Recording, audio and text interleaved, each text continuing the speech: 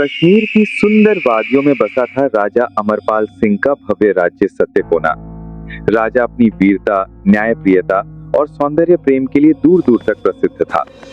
एक दिन राजा शिकार पर निकले, पर लौटते लौटते रात हो गई। मजबूरी में उन्होंने झील के किनारे विश्राम किया। आधी रात को झील की चांदनी लहरों पर उन्हें एक अद्भुत सुंदर स्त्री दिखाई दी।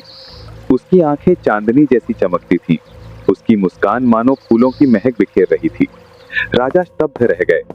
अगली सुबह जब वो महल लौटे तो उनके मन से उस स्त्री का सौंदर्य उतर ही नहीं पाया। राजा रोज आधी रात को उसी झील के किनारे जाने लगे, इस उम्मीद से कि शायद वो रहस्यमय स्त्री फिर मिले। धीरे धीरे वो उसके रूप और आकर्षण में मंत्रमुग्ध हो गए। पूर्णिमा की रात जब राजा पहुंचे तो स्त्री पहले से भी अधिक मोहक दिखाई दी। उसने मुस्कुराते हुए कहा, राजन, मेरे पास एक रहस्य है। यदि आप मुझसे सच्चा प्रेम करते हैं तो एक दिन मैं आपको बताऊंगी। राजा उस वचन में खो गए और रात दर रात उससे मिलने पहुंचते रहे। धीरे धीरे राज्य के कामों से उनका ध्यान हटने लगा। मंत्री और पुरोहित चिंतित होकर बोले, राजन, आप दिन प्रतिदिन असावधान और कमजोर होते जा रहे हैं। लेकिन राजा अब पूरी तरह उस स्त्री के वश में थे। एक रात आंधी तूफान के बीच भी वो झील पर पहुंचे। वहां वो स्त्री हंसते हुए बोली, राजन, अब वो समय निकट है जब आपको मेरा सच पता चलेगा।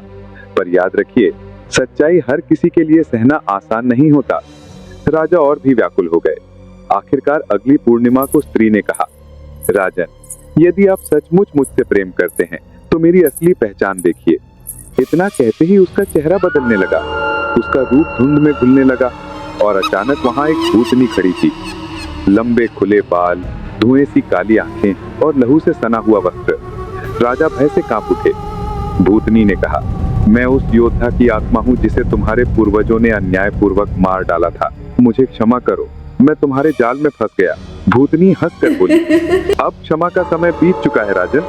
तेरी कमजोरी का परिणाम तेरा राज्य भुगतेगा। उस रात राजा अर्धमृत अवस्था में महल लौटे। राजा की मृत्यु तन्हाई और गहरे पछतावे में हुई।